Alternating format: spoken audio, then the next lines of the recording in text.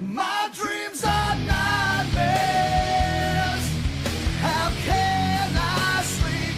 You got the gun against me. What's going on, everybody? King of Dragons 5000 here, coming at you with another figure review.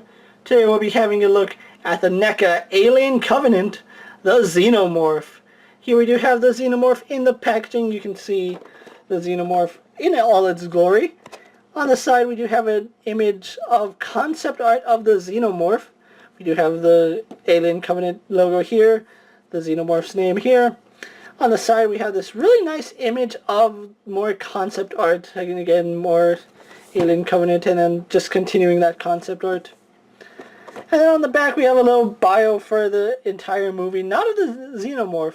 We do have an image of the Xenomorph here, and so that same concept art right here on the side. Really enjoyed the movie. I know a lot of people didn't, but I'm one of the few people that seems to have enjoyed this movie. I don't know why. I think it's just because I like alien movies. But anyway, what we're going to do now is take a little break, get him open up, and then we'll go on to the rest of his review. So sit tight, everyone. And so here we have the Xenomorph posing out of the packaging. As you would imagine, the Xenomorph doesn't come with any accessories, but you really don't need it to because it looks fantastic. Now, in case you didn't see the box, this is the Alien Covenant Xenomorph, and it's not 100% screen accurate, I will say that. For starters, these little tubes right here that are on its shoulders, when you get out of packaging, they're more up like that, and that's not entirely accurate. I have been taking a hairdryer and trying to set them flat, because that's the way it was in the movie. These tubes sat along the shoulders rather than floating above them. Now, you can cut them and make them to size, but I really don't like cutting my figures because if I make a mistake, chances are I'm not going to get a second chance at it. So I have been trying to heat these up as much as I can to get them to lay flat, which is entirely accurate to the movie. Now, another problem is these little tendrils or back spines that he has on him. He, she, I don't really know what it is, but they should be lying flat on the Xenomorph. Now, I'm not going to bend them because it's cold plastic and I don't want to risk breaking it, but these should be lying flat. I don't know why Neca made them stick out. I guess it's just because that's how it is on most of the Xenomorphs. But I am going to take a hairdryer and start, flattening these out to make it a little more screen accurate. But other than that, really impressed by this figure. Let's actually go on to its details really fast. Just look at that skull. I really love that they went with a really translucent skull, or translucent dome that you can see the eyes poking through. That is just terrifying. And then you can see it is smoky. You can make out the details right here in the skull, so that's really cool. I do like that. I'm just showing off the details. You can see all these crevices and ridges. The line work on it is really nice, really fantastic. He's this brown and black. I think the undercoat is black, and they just went over him with a brown wash, and it looks really nice. And then add to it, they give him this really shiny overcoat, which makes him look slimy. Let's actually take a look at his rib cage, because unlike most other Xenomorphs where this looks mechanical, this looks so humanoid and it's so disturbingly creepy. I love it.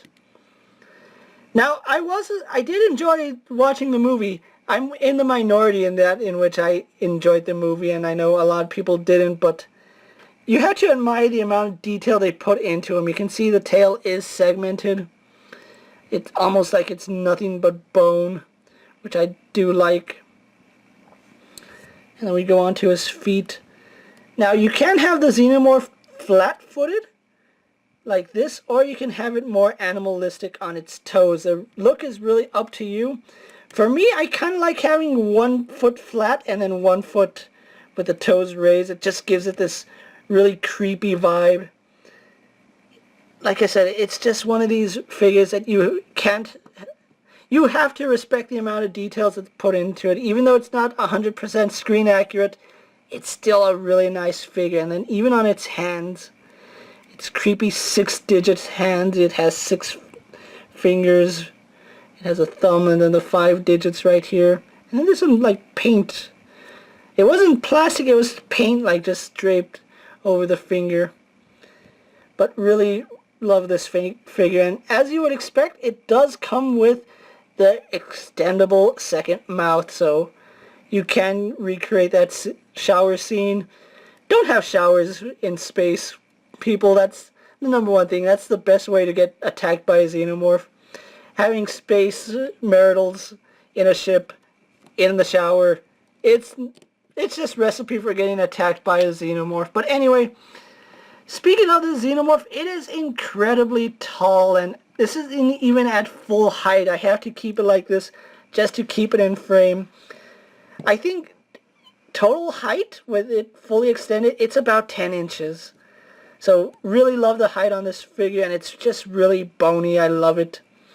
Moving on to the articulation, it has a ball hinge in the neck. It's not the standard ball joint that we've seen with other Xenomorphs, so it can look up and down fairly well, and it also does turn left and right. Although it seems like it's an offset joint because it's going to look up as you turn its head, which is a little strange to me.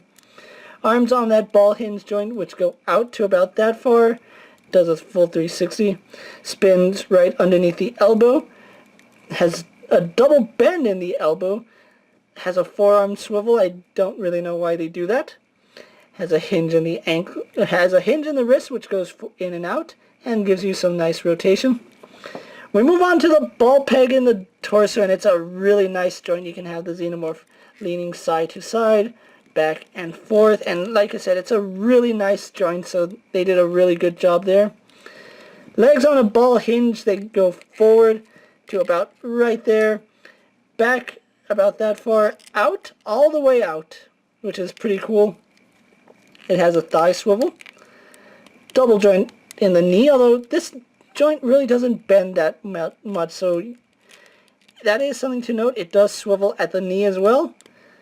As I said, double joint in the knee, has a hinge in the ankle, as well as some rocker ankle right there, and then a toe hinge.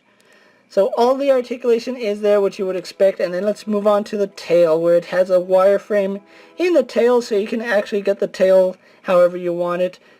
If you want to use it as a little makeshift stand, you can. That's why I had it just right now. But that's the Alien Covenant Xenomorph for you. So what we're going to do now is take a little break, get it posed for my final thoughts, and then we'll wrap up this review. So sit tight, everyone. And here we have the Xenomorph pose for my final thoughts, and this is about 10 minutes of me just using a hairdryer to get these tendril spines out to the side, and they're not even fully accurate because they're supposed to be laying flat. But this is just what 10 minutes with a hairdryer did, and you can see I actually got these to sit a little more flush to his body. But anyway, I still love this figure. It's probably my favorite Xenomorph that I have in my collection. Note I said Xenomorph. There's still another alien figure that I think tops any Xenomorph I have, and that review is just right around the corner. But anyway, still love this guy. If you're a fan of the movie, which I hope you are if you're watching this, otherwise this video is going to get like 500 dislikes.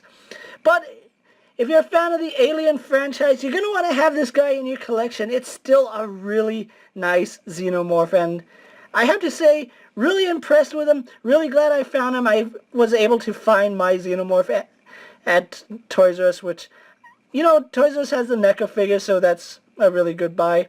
If you can track this figure down and you're a fan of the movie or just a fan of Xenomorphs, you want this guy in your collection because he looks amazing. Yeah, he does require a little bit of modification, but it's worth it in my opinion.